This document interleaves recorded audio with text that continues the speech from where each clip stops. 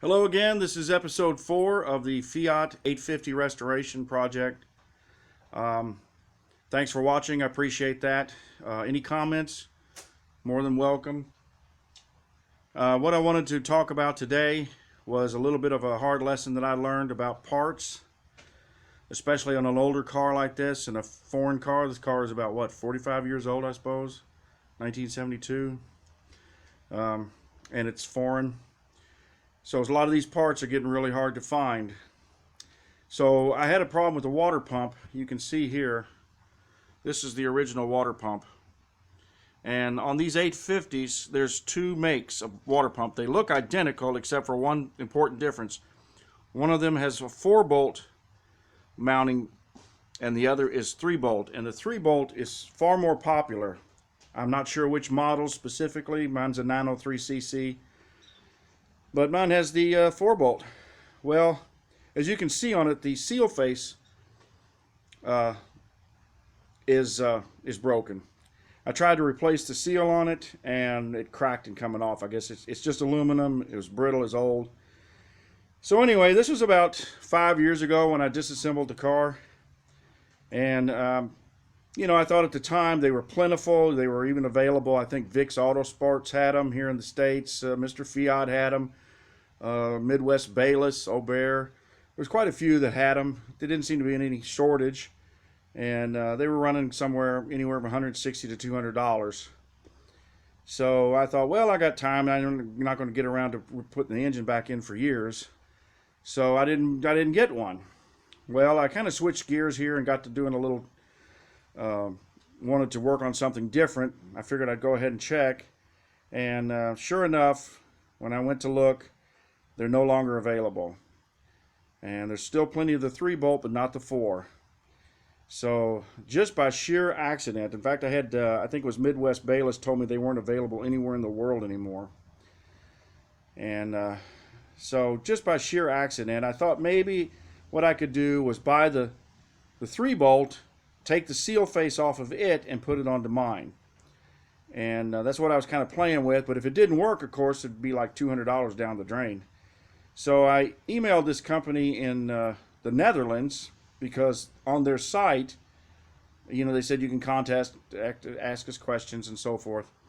And they came back immediately and said, hey, we just got one of these in. We just posted it on our site yesterday. So I was like, oh, wow, great. So I went to it. Sure enough, they had one in stock. But unfortunately, the price was like $420. And so I had to grab it, even though it's like 2.5 times what the price had been. But of course, if it's the only one, and if you know how this stuff works, some distributor here in the U.S. is going to buy it, and then they'll put it on their site for $600 or $800, So the price is only going to go up. So I went ahead and grabbed it. You can see here, it's you probably can't read that, but it's all the way from the Netherlands, and it is the 4-bolt pump. Brand new. So from now on, anything like that is necessary for the car to actually run when the time comes, I'm going to go ahead and grab it. And I think the water pump was really the only thing. I think I'm pretty good. Everything else I probably need is more like cosmetic stuff, upholstery and that sort of thing. So I wanted to go over a little bit of the progress that I've made. I have been able to work on it quite a bit lately, the last few weeks. I did get my front fender well completed. I got that metal in, and I put some kitty hair over the weld and everything. And I cleaned all that up, all that old rubber undercoating, but there was a lot of surface rust under it. Nothing serious, no holes or anything like that, but just a lot of surface rust. And I couldn't get to it. I couldn't get it all the way. I don't know if you can see it or not, but it gets pretty tight back in there, and I simply was not able to get any sanding tool or grinder back in there to get all that. I got it cleaned up pretty good, so I made the call to go ahead and coat it with that POR 15, and which I hadn't intended to do, and that's why I had the kitty hair down first, which if I knew I was going to do that, I wouldn't have put the POR on 15. I would have done it first and then put the body filler in there, but live and learn.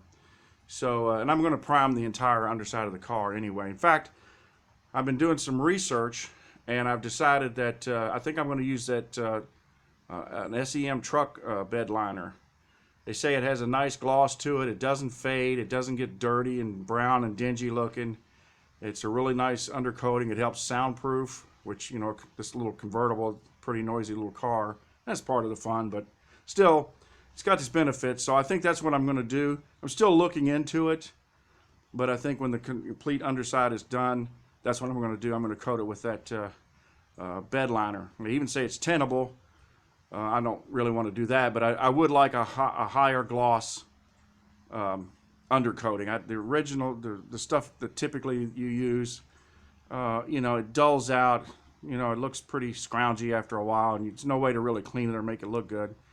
But with this bed liner stuff, supposedly it holds its looks. So that's the way I'm probably going to go. I've kind of moved gears now, and I'm working on the rear fender well, and I'm getting it all cleaned up. I got the old shock out. There was a shock with a shock tower that I hadn't been able to remove, and I finally got that out. I got the gas straps out. I'll show you those real quick. Trying to move slowly, so they're pretty rusty. These are the shock tower mounts, and that's the gas straps there. I'm still trying to get my electrolysis tank going, and I found out my suspicions were confirmed when I couldn't get it to work, and it's because the newer battery chargers will not come on if they don't sense a battery. So you really have to have an older battery charger for the electrolysis to work, which I'm not going to do. I'm probably going to buy the diodes and a transformer and just put together my own. You know, I'm kind of handy with that sort of stuff. I don't think that'll be any problem, and that way I can just make it myself. There was a dent in this engine cowling here. I don't know if you can see that, but it was a pretty good sizable dent in there, and I was able to dolly that out. And also, I'm having to rebuild this entire corner back here, and I had to cut out a lot of metal, and I don't know if you can see it really good, but this piece here, this is going to get welded in. I had to put in a back support for that. There's a piece, see if I can find it around here. It's over here. That this originally went up in here like this, and you can see I was trying to use it. It's kind of an odd shaped piece. It's got some contours to it, and I got as much of the rust off of as I could, and I was playing with the idea of just, you know, putting that, trying to use that, but I don't think I'm going to do that. I think I'm going to just make it until it fits. So a lot of these, that's exactly what I'm having to do, is make the part. And then there should be a part up here. I don't know if you can see it. That comes down over and meets up to here. So that's kind of what I'm doing now. Hopefully I'll get that done this weekend, get that welded up. And then I'm not going to try to put anything in the wheel wells. I'm just going to get it all down to all the underside work done, finished first. But I got to get all this cleaned up and everything. One other thing I did want to mention was I bought some tools that I wanted to warn you about. Seems like I've never learned my lesson. I keep buying Harbor Freight tools and being disappointed. This die grinder, die grinder with the extension, I bought that at Harbor Freight. It wasn't much. I think it was 20 bucks or something like that. But, you know, still 20 bucks, and it's a waste of money because literally, other than brushing off a little dirt, it won't do anything. I mean, if you put any sort of pressure on it at all, it stops. And I'm running it at the right recommended pressures, and there's an adjustment to it, and I've even adjusted up as much as it'll go. So it's a complete piece of junk. So just a warning on that. Don't waste your money. I'll keep my eye out. Maybe I can find an electric one that I could use. But so far I'm unable to get it done. So anyway, I believe that's about all I wanted to go over. Hopefully next video.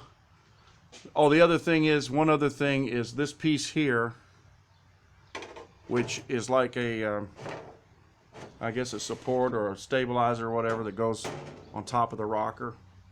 Or not the rocker, I mean, but this, the inside rocker here. And then that comes on back all the way up. In the original, it had strengthening holes. I guess they're about, oh, 1.5 inches, 1.75 inches. You can see it on this piece that was cut out right here. It's all eat up now. And I was thinking about trying to duplicate that, but the more I think about it, I don't think it's necessary. I think that piece is a nice strong piece of metal, and when it's all welded in there, it'll be just fine. So I'm not going to fool with that. And it's on the inside. It's not like somebody's going to see it, so the strength is what's important. I know they're there for that. I know that's what they do. They put holes with chamfers in them or whatever to add to the strength, but I don't see that that's really necessary. So anyway, that's it for now, and appreciate you watching. Any comments you've got, especially if you know if you've dealt with the POR 15 before. I'm really curious about, because I've read conflicting things online about the about primer over it, and as to what you can do. And maybe I can just spray the bed liner right over it, but I'm still investigating that. So if you have any knowledge of that, you'd like to comment, I'd appreciate it. As I said, this is you know, it's fun, but it's also a learning experience for me. Everything I'm doing, I'm having to learn. Most of these parts that I've made, literally, I don't know if you can see, I'll see if I can show you, but you know, I've had to make them over and over again to get them right, you know, because I'm learning to make you know, to do the sheet metal thing. So there's a lot of scrap, a lot of junk. So anyway, keep watching. We're getting there. As I said, the goal is to have it off the rotisserie, you know, the underneath of the car done by this fall. Maybe that's a little ambitious, but that's what I'm shooting for. Alrighty, thanks a lot. Appreciate you watching.